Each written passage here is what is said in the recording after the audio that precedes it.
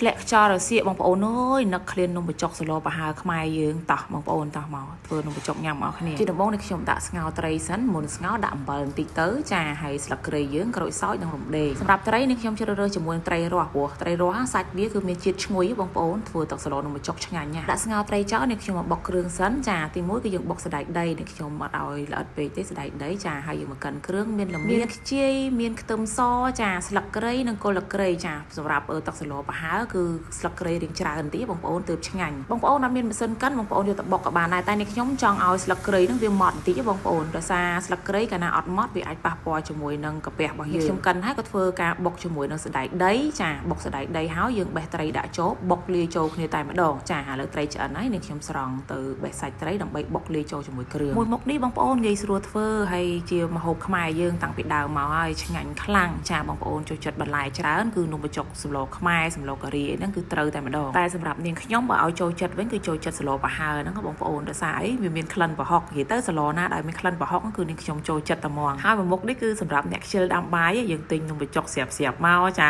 ហ្នឹងហើយទិញបន្លែទិញអីមកហើយការស្លក៏លឿនដែរបងប្អូនណាចាហ្នឹងហើយយើងកិនតែគ្រឿងស្ងោរតែត្រីបុកចូលគ្នាថែមគ្រឿងតិចតួចប្រហុករៀងក្រាស់បន្តិចគឺរួចរាល់បងប្អូនបុកបញ្ចូលជាមួយគ្រឿងសណ្តែកដីយើងចាគ្រឿងយើងដែលបានកិនមិញជាមួយសាច់ត្រីឲ្យម៉ត់ល្អមកបងប្អូនចាសម្រាប់ការស្លកាន់តែងាយបងប្អូនចាពេលដែលទឹកស្ងោរត្រីយើងហ្នឹងពុះយើងដាក់ខ្ទិះចុងយើងទៅបងប្អូនចាហើយទុកឲ្យពុះទៅយើងបន្ថែមជាមួយប្រហុក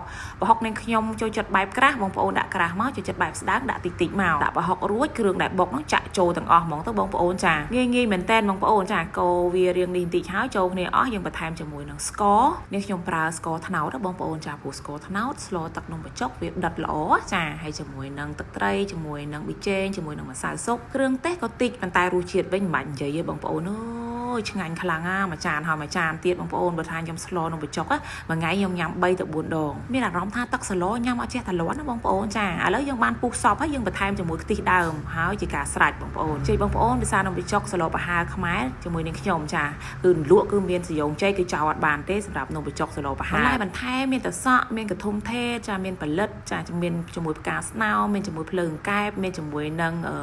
សណ្តែកគួរចាហើយផ្កាកាផ្លោកចាហើយនឹងជីអញ្ចឹងណាបងប្អូនចាដាក់តាមហ្នឹងទៅបន្លែដែលបងប្អូនចូលចិត្តសម្រាប់នំបញ្ចុកស្លខ្មែរពេលខ្លះខ្ញុំទៅញ៉ាំកន្លែងគេអត់សូវត្រូវមាត់ទេចាមិនងាយចំកន្លែងត្រូវមាត់ទេបងប្អូនអញ្ចឹងបើបងប្អូនចូលចិត្តរសជាតិរបៀបខ្លួនឯងបងប្អូនអាចសាកធ្វើបានវាងាយស្រួលបងប្អូនចាហើយធ្វើជុំគ្រួសារគឺកាន់តែឆ្ងាញ់ចាជុំគ្នាបងប្អូនម្នាក់មួយចានទៅនិយាយពីថាខែនេះខែត្រជាក់អូយឆ្ងាញ់ណាស់បងប្អូនដាក់មួយចានហើយចង់មួយចានទៀតហើយបើធ្វើខ្លួនឯងបងប្អូនយើងបានទឹកស្លយើងរៀងខាប់បងប្អូនចាហើយកុំចោលម្ទេសខ្មាំងឃ្លានពេកបងប្អូននៅពីផ្លេចញ៉ាំវីតាមីន CSM មុនញ៉ាំបងប្អូនញ៉ាំវីតាមីន CSM មកគ្រាប់សិនគឺដើម្បីការពារធាត់និងសម្រកគីឡូរាល់ថ្ងៃនឹងញ៉ាំច្រើនណាបងប្អូនអើយហើយនំបញ្ចុកហ្នឹងឡើងគីឡូសាហាវណាបងប្អូនដោយសារវាជាតិម្សៅអញ្ចឹងបើអត់មានវីតាមីន CSM ទេនឹងខ្ញុំមិនដឹងឡើងប្រហែលគីឡូទេ